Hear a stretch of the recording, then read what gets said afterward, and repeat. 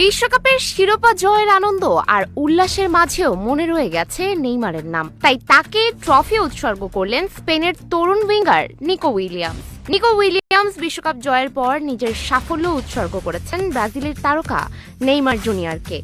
আর্জেন্টিনাকে 1-0 গোলে হারিয়ে শিরোপা জয়ের পর তিনি বলেন, ছোটবেলা থেকেই নেইমার তার আদর্শ। ম্যাচ শেষে তার ভাষায়, এটি আমার জীবনের সবচেয়ে সুন্দর মুহূর্ত। এই শিরোপা নেইমারের জন্য। ফাইনালে শুরু থেকেই দারুণ ছন্দে ছিলেন নিকো উইলিয়ামস।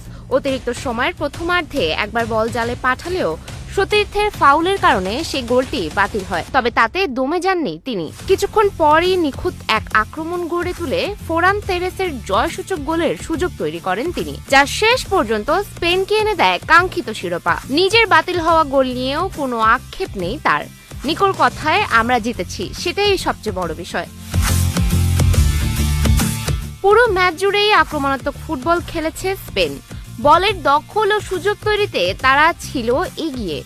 যদিও আর্জেন্টিনার গোল রক্ষক এমিলিয়ানো মার্টিনেজ একের পর এক অসাধারণ সেভ করে দলকে লড়াইয়ে রাখেন, তবে শেষ পর্যন্ত অতিরিক্ত সময়ের সেই একমাত্র গোলই বদলে দেয় ম্যাচের ভাগ্য।